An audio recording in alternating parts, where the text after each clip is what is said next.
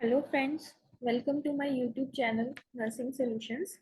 तो आज की वीडियो में हम कम्युनिटी हेल्थ ऑफिसर पंजाब का जो आज एग्जाम हुआ है उसके रिगार्डिंग कुछ मेमोरी बेस्ड क्वेश्चंस हैं वो डिस्कस करेंगे।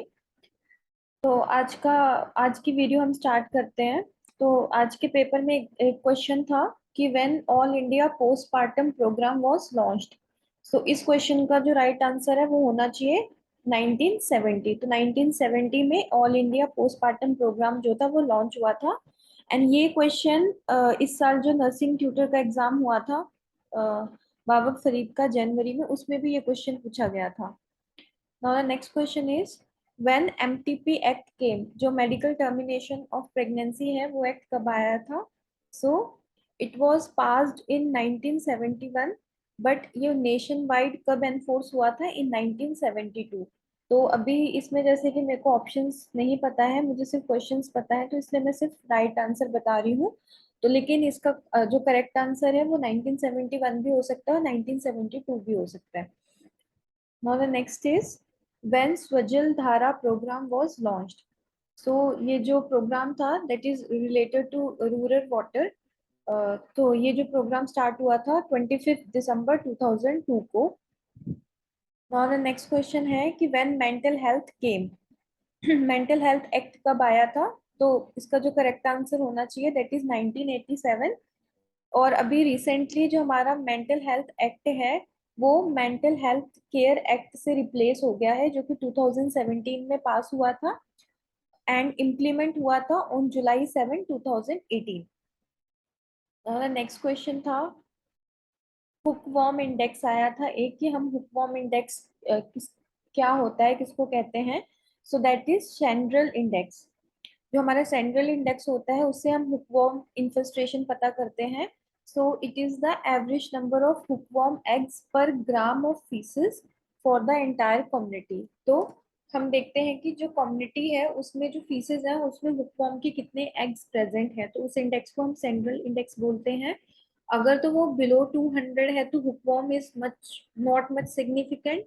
If the eggs is 200 to 250 then it is potential danger, and if the eggs are 250 to 300, minor public health problem is there, and if it is more than 300 then it is an important public health problem. Now next question था formula for BMI calculation. So body mass index हम कैसे calculate करते हैं? It is weight in kg divided by height in meter square. जो wait होना चाहिए इन kilograms होना चाहिए और हाइट इन मीटर स्क्वायर होनी चाहिए, और जो नॉर्मल बीएमआई होता है that is between 18.5 to 24.9 KG per metre square.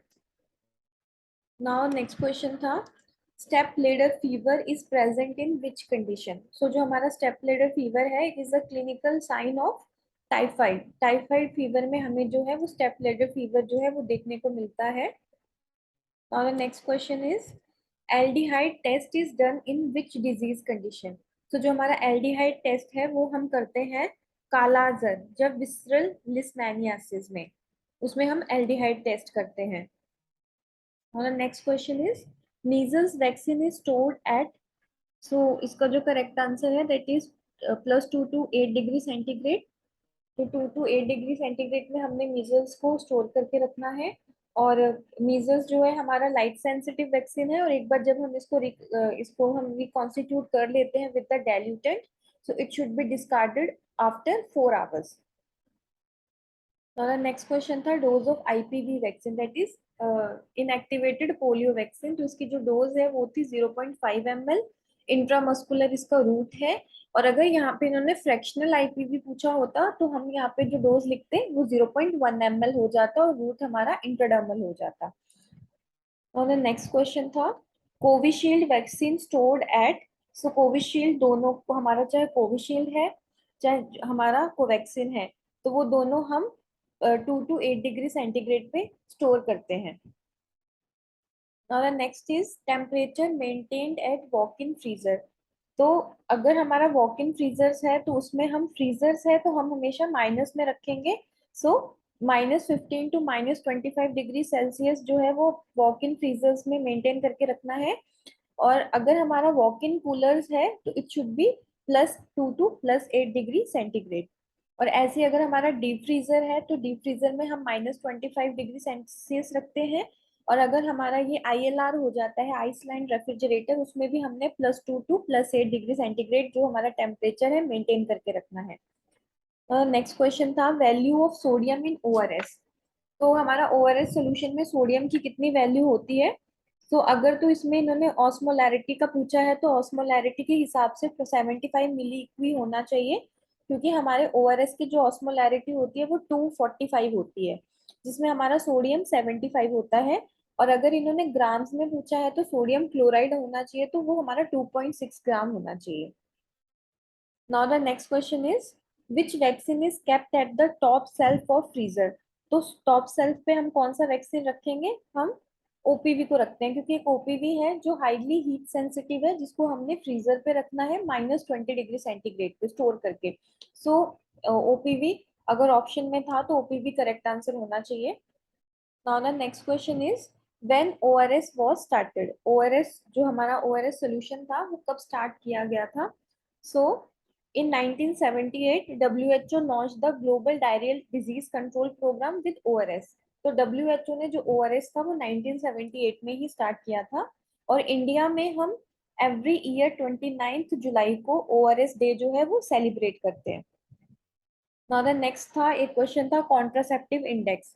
So contraceptive index हम कैसे चेक करते हैं? It is checked by Pearl index and life table analysis. So Pearl index से हमें पता लगेगा नंबर ऑफ कॉन्ट्रासेप्टिव फेलियर पर 100 women year of the exposure, कि एक साल में कितनी हमारे कॉन्ट्रासेप्टिव फेलियर्स हैं पर 100 वुमेन के अकॉर्डिंग। और जो हमारा लाइफ टेबल एनालिसिस है उससे हमें क्या पता लगेगा? नंबर ऑफ फेलियर रेट पर for each month of use. तो अब इनमें से जो भी ऑप्शन में था वो हमारा करेक्ट आंसर होना चाहिए था। नाउ द नेक्स्ट क्वेश्चन था हमारा डोज ऑफ रोटा वैक्सीन। सो रोटा वैक्सीन की डोज कितनी होती है? It is 5 drops. ओरली हम देते हैं for the prevention of diarrhoea. हम देते हैं 6 वीक्स पे, 10 वीक्स पे और 14 वीक्स पे, और डोज हमारी 5 ड्रॉप्स होती है। Now the next is tablet albendazole contraindicated for which age? तो albendazole tablet हम कब देते हैं? जब हम डीवॉर्म करते हैं। सो डीवॉर्म हम एक साल में 2 बार करते हैं, बाई एनुअली डीवॉर्मिंग होती है। और albendazole की जो टेबलेट होती है वो 400 mg अवेलेबल होती है। सो काफी मैंने अपनी काफी वीडियोस में albendazole का जब भी हमने डीवॉर्मिंग के रिगार्डिंग डिस्कस किया है तो मैंने उसमें बताया है कि albendazole टैबलेट हम इन्फेंट्स में नहीं देते हैं। तो it should B contraindicated in infants 0 to 1 year. उसके बाद 1 से 2 ईयर अगर बच्चा है तो हम उसको हाफ टेबलेट देते हैं, दैट इज 200 mg। और children who are more than 2 years हम उनको फुल टेबलेट देते हैं 400 mg। और हम ये प्रेगनेंसी में भी एक डोज देते हैं। तो ये एल्बेंडाजोल प्रेगनेंसी में भी कॉन्ट्राइंडिकेटेड नहीं होती है। प्रेगनेंसी में भी हमने सेकेंड ट्राइमेस्टर में, फर्स्ट ट्राइमेस्टर खत्म होने के बाद सेकेंड ट्राइमेस्टर में मदर को एक बार डीवॉर्म करना है with albendazole 400 mg। Now the एक क्वेश्चन था कि how many doses for rabies vaccination. So 5 doses are there, और वो हमने कब कब लगानी है? 0 डोज, उसके बाद तीसरे दिन लगानी है, 7वें दिन, 14th day and 30th day. तो 5 डोजेस हैं जो हमारे शेड्यूल में है। Now the next is calcium upper limit for women. So जो हमारी कैल्शियम है, मैक्सिमम विमेन कितना कैल्शियम एक दिन में ले सकती है? So the upper limit is 2500 mg। So 2500 mg is the upper limit for calcium for women. इसके बाद हमारा नेक्स्ट क्वेश्चन था नीति आयोग लॉन्च्ड इन।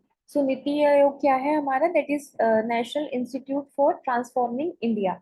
तो पहले हमारे पास प्लानिंग कमीशन होता था, 1954 के बाद से हम प्लानिंग कमीशन पढ़ते थे जिसमें हमारे सारे 5 ईयर प्लान्स आते थे। लेकिन उसके बाद ऑन 1 जनवरी 2015 से नीति आयोग आ गया और फैमिली जो हमारा प्लानिंग कमीशन था वो हट गया। तो नीति आयोग जो था वो 2015 में लॉन्च हुआ था। Now the next question is UNICEF launched in which year? So UNICEF हमारा क्या है? It is a United Nation International Children's Emergency Fund. It is a हमारा national international organization है, and it was launched in 11 December 1946 को ये launch हुई थी। Now the next is characteristic of gray baby syndrome. So gray baby syndrome क्या है? It is a adverse reaction to chloramphenicol. जो हमारी एंटीबायोटिक है उसके अगेंस्ट जब मतलब उसकी जब हम ज्यादा डोज बच्चे को देते हैं तो उसको ग्रे बेबी सिंड्रोम हो जाता है, जिसमें क्या है कि there will be the ashen grey skin discolouration. जो बच्चा होगा उसकी जो स्किन स्किन होगी वो भी blue discolouration will be there. So blue discolouration of lips and skin will be there. उसके बाद हमारा क्वेश्चन था complication of penicillin. So penicillin की जो सबसे मेन कॉम्प्लिकेशन है दैट इज एनाफ्लेक्टिक रिएक्शन। तो पेनिसिलिन से एनाफ्लेक्टिक रिएक्शन होता है, तो इसलिए जब भी हम पेशेंट को पेनिसिलिन देते हैं तो हमने हमेशा पेशेंट का एंटीबायोटिक सेंसिटिविटी टेस्टिंग करनी है। चाहे वो पेशेंट काफी टाइम से पेनिसिलिन ले रहा है, लेकिन वो जब भी हमारे पास आएगा हमने हमेशा डोज देने से पहले एंटीबायोटिक सेंसिटिविटी टेस्टिंग करनी है। और जब भी पेनिसिलिन देना है तो हमारे पास एड्रेनलिन जो है वो लोडेड करके हमने रखना है, क्योंकि एनाफ्लेक्टिक रिएक्शन में हम एड्रेनलिन इंजेक्शन देते हैं। एंड एनाफ्लेक्टिक रिएक्शन में कुछ भी हो सकता है, rash, hives, itching, difficulty in breathing, difficulty in swelling, swelling in the face, throat, tongue, lips, neck. तो पेशेंट को ये कॉम्प्लिकेशंस हो सकती हैं, तो मे बी इनमें से कुछ ऑप्शन में प्रेजेंट होगा। सो अभी तक मुझे इतने ही क्वेश्चंस पता लगे हैं जिसके ऊपर मैंने वीडियो बनाई है। बाकी की डिस क्वेश्चंस आप हमें कमेंट करके बता सकते हैं। तो अगर मैं आपको आज की मेरी वीडियो अच्छी लगी है तो आप मेरी वीडियो को लाइक करें, कमेंट करें और शेयर करें। Thank you.